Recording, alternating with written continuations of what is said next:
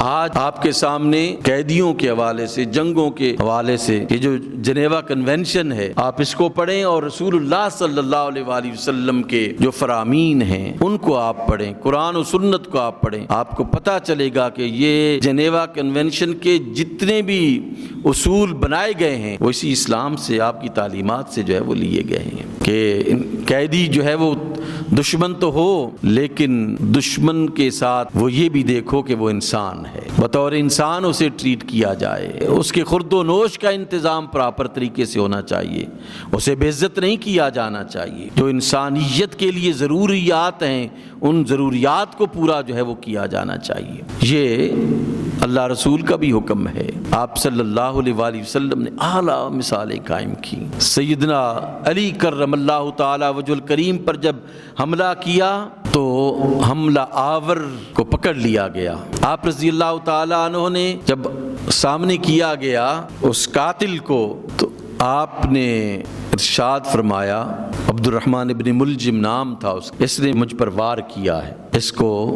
شربت پلاؤ، اس کی خورد و نوش کا انتظام کرو، اچھا کھانا کھلاؤ، تم میں سے کسی کو یہ اجازت نہیں ہے کہ اس کو کوئی تکلیف پہنچے، اگر میں زندہ رہا تو اس حملہ آور کا میں خود فیصلہ کروں گا کہ مجھے کیا کرنا ہے، اور اگر اس کی اس ضرب کی وجہ سے مجھے اللہ نے شہادت عطا فرما دی تو یاد رکھنا کہ ابن ملجم نے جس طرح مجھ پر وار کیا ہے صرف اسی طرح آپ نے اس پر وار کرنا ہے، اس کے علاوہ نہیں، اس کی توہین نہیں کرنی ہے، اس کے کان، اس کے ناک اور اس کی دیگر چیزیں نہیں کاٹنی ہے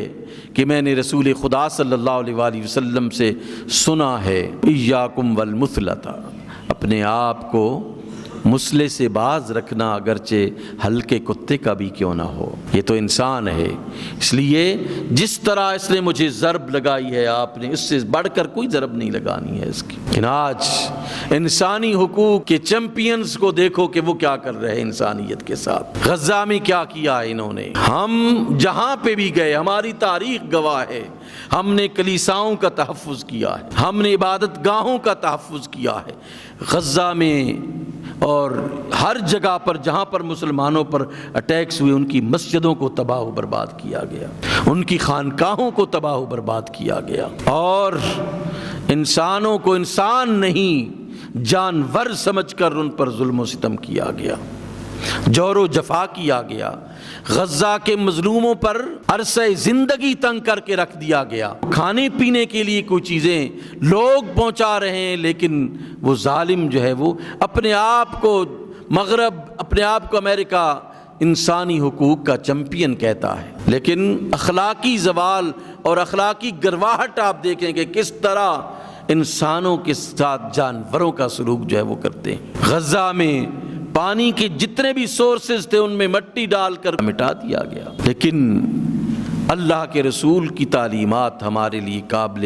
نمونہ ہیں، سیرت رسول اللہ صلی اللہ علیہ وآلہ وسلم کی ہمارے لیے بہت عظیم ہے۔ اسلامی جمہوری ایران میں آپ دیکھیں کہ کس طرح ہسپتالوں کو اٹیک کیا گیا، کس طرح سکولوں کو اٹیک کیا گیا، معصوم جانوں کو ضائع کیا گیا، یہ انسان نہیں ہے، یہ درندے ہیں۔ قرآن کہتا ہے نا کہ اولئک کالانعام بل ہم اضل، یہ چوپائے ہیں بلکہ اس سے بھی ذلیل تر ہیں، یہ لوگ، یہ ذلیل تر ہیں یہ لوگ جو معصوم جانوں پر جو ہے وہ اس طرح بمباری اور اس طرح بارود پھینک رہے ہیں کہ جیسے انسان ہی نہیں ہے۔ لیکن یاد رکھیے کہ ہمیشہ اصولوں کی فتح ہوتی ہے، تقوی جیتتا ہے، اللہ تقوی کو جو ہے وہ جیت عطا فرماتا ہے، طاقت کو کبھی بھی جیت نہیں ملتی۔ اگر